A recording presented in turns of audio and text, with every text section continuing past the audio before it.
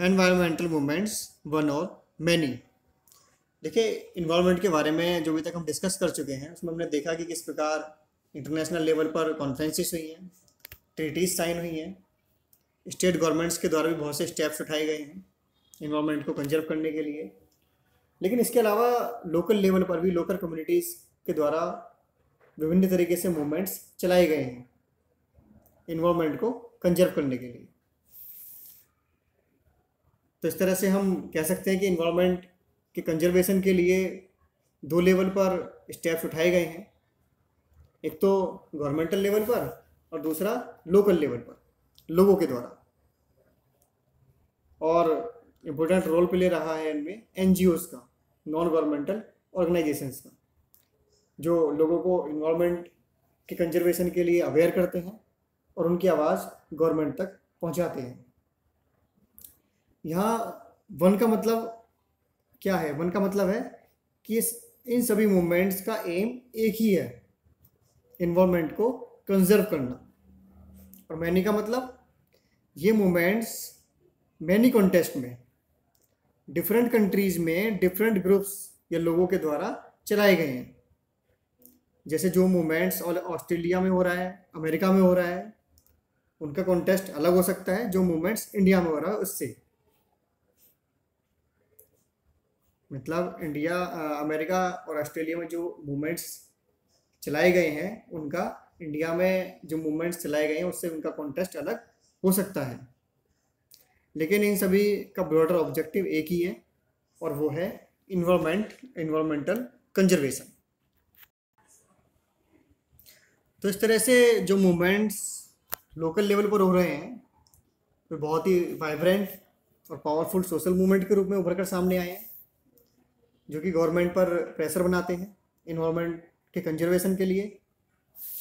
अब जैसे कि किसी जगह पर गवर्नमेंट मेगा डैम्स बनाने जा रही है, लेकिन वहाँ के लोकल लोग इस डैम से इफेक्टेड हो रहे हैं, तो वे आपस में जुड़ते चले जाते हैं और निडर होकर सरकार के सामने अपनी बात रखते हैं। तो इससे सरकार पर क्या है, दबाव पड़ता है और सरकार को कई बार अपनी पॉलिसी में भी इन सब के चलते चेंज लाना पड़ा है।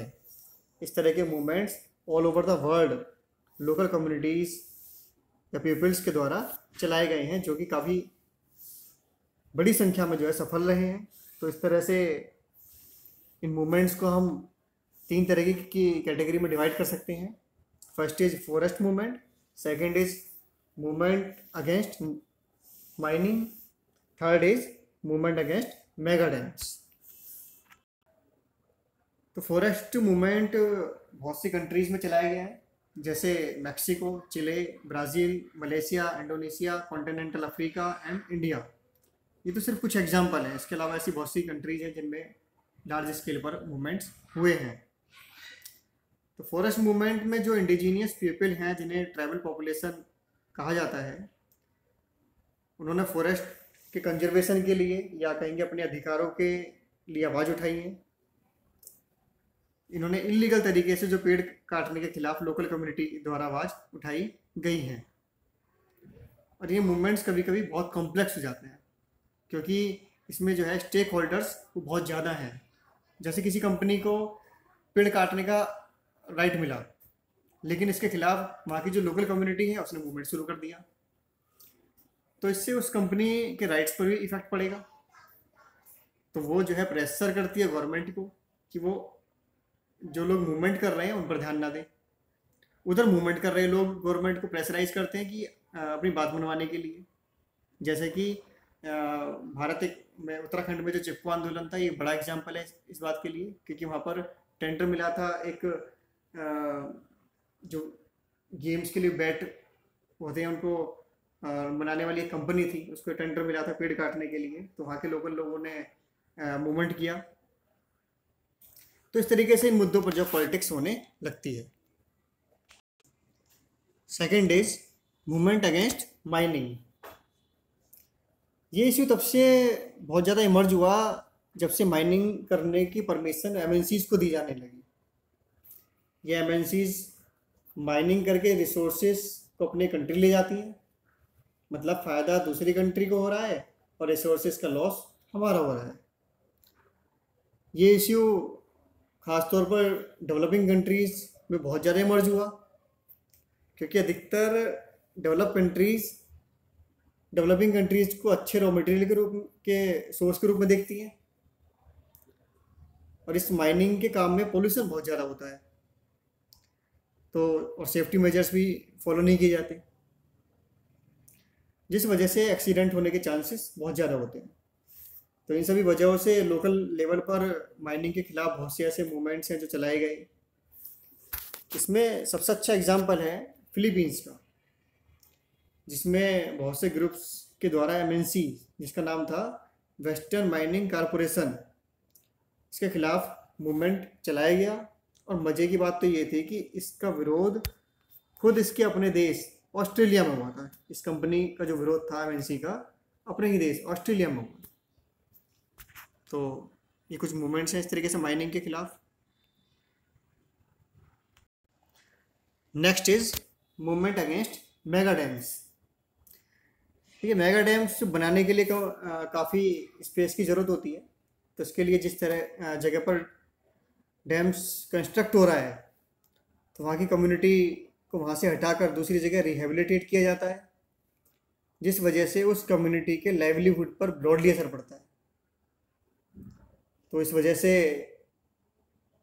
उस कम्युनिटी के द्वारा जो है उस प्रोजेक्ट के खिलाफ मूवमेंट चलाए गए हैं। वो उस प्रोजेक्ट के खिलाफ जो मूवमेंट करती हैं, जो डैम्स बनाए जा रहे हैं, लोकल कम्युनिटीज़। तो इस तरीके से वर्ल्ड वाइड ऐसे काफ़ी मूवमेंट्स हैं जो चलाए गए हैं, जिसमें फ्रैंकलिन रिवर मूवमेंट्स है ऑस्ट्रेलिया का। इसके अलावा नर्मदा बचाओ आंदोलन है इंडिया का। नर्मदा बचाओ आंदोलन आपकी बुक में सेकंड बुक जो है उसमें काफ़ी डिटेल में दिया गया है। तो ये कुछ मूवमेंट्स हैं जो काफ़ी प्रमुख रूप से रहे हैं। ये resource geopolitics. What is geopolitics? The politics associated with the allocation of distribution of natural resources among the different countries of the world, means politics for natural resources। Simply हम इसे समझें तो एक कंट्री की जोग्राफिकल लोकेशन ये decide करती है कि उसके पास कितने रिसोर्सेज हैं। जो मिनरल्स आपके पास हैं वो ज़रूरी नहीं कि दूसरों के पास हों, और जो दूसरों के पास है वो ज़रूरी नहीं कि वो आपके भी पास हो। एक कंट्री जो सी के समुद्र के टच में है, वो सी का यूज ट्रेड या अदर चीज़ों के लिए कर सकती है, और एक कंट्री जो लैंड लॉक है वो सी का यूज नहीं कर सकती। तो इस तरह रिसोर्सेस डिपेंड करते हैं आपकी जोग्राफिकल लोकेशन पर, और ये किसी कंट्री को जिस रिसोर्सेज की नीड्स है वो उनको पूरा करने के लिए उस देश से अच्छे संबंध बनाती है, या फिर उनको अपने कंट्रोल में रखती है, जिससे वो रिसोर्सेज उसको मिल जाएं। This is called resource geopolitics. तो हिस्टोरिकली अगर हम देखें तो किसी भी देश का सेंटर पॉइंट जो रहा है वो है resource geopolitics. Who, what's, where, when and how, कौन रिसोर्सेज को कितना कब और कैसे पाता है। ठीक है, ये सब जो है रिसोर्स जियोपॉलिटिक्स रही है अभी तक हिस्टोरिकली। देखिए, अगर हम 17th सेंचुरी का कॉलोनाइजेशन का पीरियड देखें तो ब्रिटिश, फ्रेंच, पोर्टुगीज क्यों भारत आए? ट्रेड के लिए, अपना प्रोडक्ट यहाँ पर सेल करने के लिए, और यहाँ से रॉ मटेरियल ले जाने के लिए, जिनकी डिमांड यूरोप में बहुत ज़्यादा थी उन रॉ मटेरियल्स की। इसके अलावा नेवी के लिए उनको टिम्बर चाहिए थी, तो इसके लिए वे यहाँ पर आए, और आगे चलकर उन्होंने इन कंट्रीज़ को कॉलोनी बना लिया। अफ्रीका को कॉलोनी बनाया क्योंकि उनको वहाँ से मिनरल्स चाहिए थे। तो जो नेचुरल रिसोर्सेज हैं, it has been the centre of geopolitics. तो देखिए, first and second world war में ऑयल की इंपॉर्टेंस महसूस की गई। सेकेंड वर्ल्ड वॉर के बाद कोल्ड वॉर शुरू होता है। इसमें अपनी पावर को मजबूत करने के लिए दोनों सुपर पावर्स के द्वारा रिसोर्सेज पर कंट्रोल करने की पॉलिसी अपनाई गई। इसके लिए इन सुपर पावर्स ने अपनी आर्मी का इस्तेमाल किया। उन कंट्रीज़ में अपनी फेवर वाली गवर्नमेंट इंस्टॉल की जहाँ से वे रिसोर्सेज चाहिए थे उनको, जैसे कि जर्मनी का डिवाइडेशन किया गया, पोलैंड, टर्की, यूनान आदि में अपनी फेवर वाली गवर्नमेंट इंस्टॉल की गई। वियतनाम का संघर्ष हम जानते हैं किस प्रकार अमेरिका ने उस पर कंट्रोल करने की कोशिश की। हंगरी में सोवियत इंटरवेंशन, सोवियत का हस्तक्षेप। मीन्स पूरे कोल्ड वॉर का अगर हम सेंटर पॉइंट देखें तो वो है रिसोर्स, जियोपॉलिटिक्स, रिसोर्स की पॉलिटिक्स रहा है। तो इसी तरीके से इराक के खिलाफ अमेरिकी युद्ध भी जो है तेल पर नियंत्रण के रूप में देखा जाता है कि अमेरिका ने जो इराक के ऊपर अटैक किया उसको वहाँ से ऑयल उसको जो है दिखाई दे रहा था। तो पूरी इंटरनेशनल पॉलिटिक्स इसी के इर्द गिर्द घूमती है कि कौन सा देश किस प्रकार दूसरे देश के रिसोर्सेस पर अपना कंट्रोल कर सकता है। तो आपके इस चैप्टर में मेजरली दो रिसोर्सेस पर डिस्कस किया गया है, एक तो ऑयल है, दूसरा है वाटर। तो ऑयल मुख्य रूप से मिडिल ईस्ट की कंट्रीज जानी जाती हैं ऑयल के लिए, जिस वजह से वैसी एक रिसोर्स की वजह से काफ़ी रिच कंट्री हैं और ऑयल को लेकर कई वॉर अभी तक हो चुकी हैं, जैसे कि गल्फ वार के बारे में हम चैप्टर 2 में हम पढ़ चुके हैं। गल्फ रीजन में टोटल वर्ल्ड ऑयल प्रोडक्शन का 30% आता है। अकेले सऊदी अरब के पास ही टोटल प्लानेट का 1/4 ऑयल मौजूद है और वो एक सिंगल लार्जेस्ट प्रोड्यूसर है वर्ल्ड का। कौन? सऊदी अरब। इसके बाद ईरान जो है वो दूसरे नंबर पर है ऑयल के प्रोडक्शन के लिए। Second resource is water. देखिए, कहा जाता है कि तीसरा विश्व युद्ध जो है वो पानी के लिए होगा। फ्रेश वाटर की प्रॉब्लम जो है डे बाई डे बढ़ती जा रही है। पानी के लिए डिस्प्यूशन सिर्फ इंटरनेशनल लेवल पर ही नहीं बल्कि नेशनल, स्टेट और रीजनल लेवल पर भी है। जैसे भारत में कावेरी रिवर डिस्प्यूट है। इसके अलावा स्टेट्स के बीच में ही आए दिन पानी को लेकर मतभेद सामने आते रहते हैं।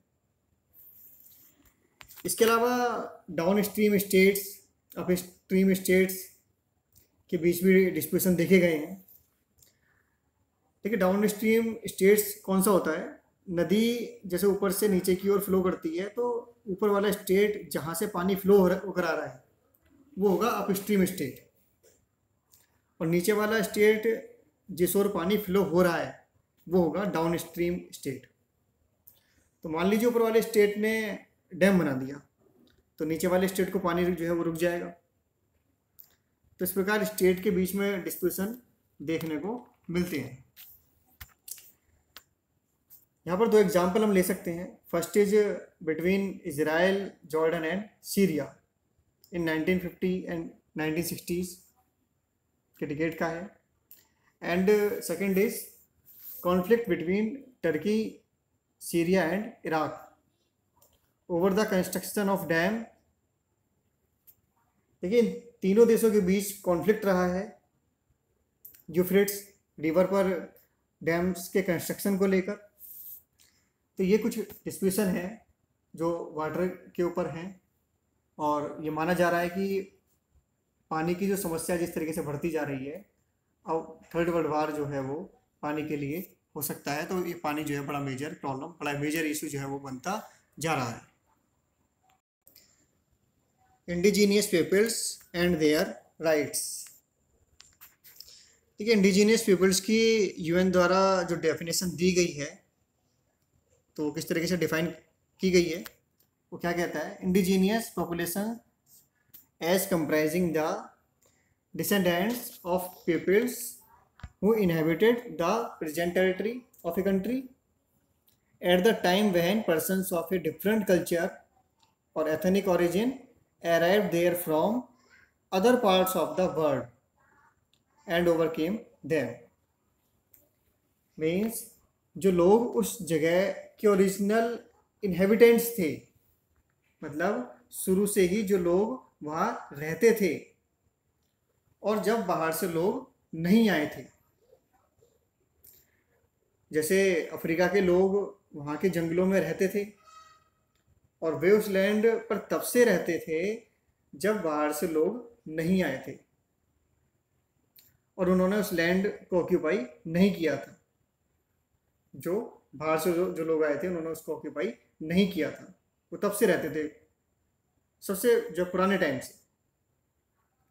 तो इस तरह की पॉपुलेशन को इंडिजीनियस पॉपुलेशन माना जाता है। ऐसे करीब 30 करोड़ इंडिजीनियस पीपल्स हैं ओवर द वर्ल्ड, जैसे जिसमें जो है central and south America, Africa, south east Asia, Australia and New Zealand, ये मेन एरियाज हैं जो इंडिजीनियस पीपल्स को जहाँ पर लोग ये रहते हैं। Loss of land.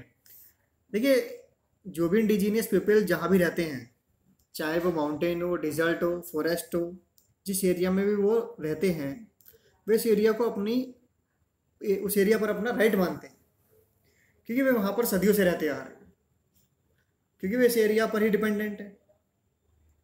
उनकी आजीविका का जो साधन है वो वही क्षेत्र है उनके लिए, खाने पीने के, रहने के लिए सभी तरीके से उस क्षेत्र पर डिपेंड रहते हैं। तो जैसे जैसे सिविलाइजेशन का दौर शुरू हुआ, गवर्नमेंट ने लैंड पर अपना कंट्रोल करना शुरू किया, तो गवर्नमेंट ने माना कि इन क्षेत्रों पर भी जो इंडिजीनियस पीपल्स हैं उनका अधिकार नहीं होगा, बल्कि इन पर गवर्नमेंट का कंट्रोल होगा। जैसे भारत में ब्रिटिशर्स आए तो उन्होंने फॉरेस्ट के लिए लॉज बनाए, फॉरेस्ट को गवर्नमेंट की प्रॉपर्टी माना। तो इस तरीके से इन ट्राइबल पॉपुलेशन को अपनी लैंड के अधिकार से हाथ धोना पड़ा। इस सब के बारे में आप 8th 9th में हिस्ट्री में पढ़ चुके हैं, जैसे बिरसा मुंडा के बारे में था। इसके अलावा डेवलपमेंट के प्रोसेस के साथ साथ फॉरेस्ट कटने के कारण फॉरेस्ट जो है काटे जा रहे हैं बड़े पैमाने पर, तो इसकी वजह से भी इन्हें अपने लैंड से के अधिकार से हाथ धोना पड़ा। इसकी वजह से ये डिस्प्लेस होते गए और डिस्प्लेस होने की वजह से इनकी लाइफ डिस्ट्रक्टेड होती गई। तो इन सब कारणों से इन्होंने मूवमेंट चलाए अपनी लैंड के लिए, फॉरेस्ट के लिए। इन लोगों के द्वारा आंदोलन किए गए। भारत में इंडिजीनियस पीपल्स को शेड्यूल ट्राइब्स बोला जाता है। शेड्यूल ट्राइब वर्ड का उल्लेख हमारे संविधान में है और इसके लिए कई प्रकार के राइट्स इंडियन कॉन्स्टिट्यूशन द्वारा इनको दिए गए हैं। शेड्यूल ट्राइब पॉपुलेशन भारत की टोटल पॉपुलेशन का 8% है। इंडिजीनियस पीपल्स के राइट्स को इंटरनेशनल के अलावा नेशनल और रीजनल लेवल पर भी रिकॉग्नाइज किया गया है। इसके अलावा 1975 में वर्ल्ड के कुछ इंडिजीनियस लीडर्स आपस में मिले और उन्होंने मिलकर world council of indigenous peoples को इस्टेब्लिश किया 1975 में।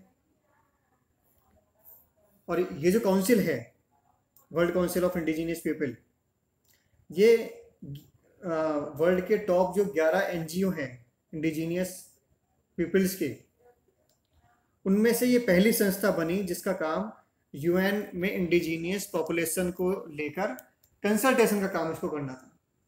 मतलब UN के लिए कंसल्टेशन वाली एक जो है संस्था बनी है, world council of indigenous people, जिसमें ऐसे रूल्स लॉज बनाने की बात हो रही है जिसमें ये अपने राइट्स, प्रॉपर्टी, लैंड, कल्चर को सेफ रख सकें। कौन? Indigenous peoples.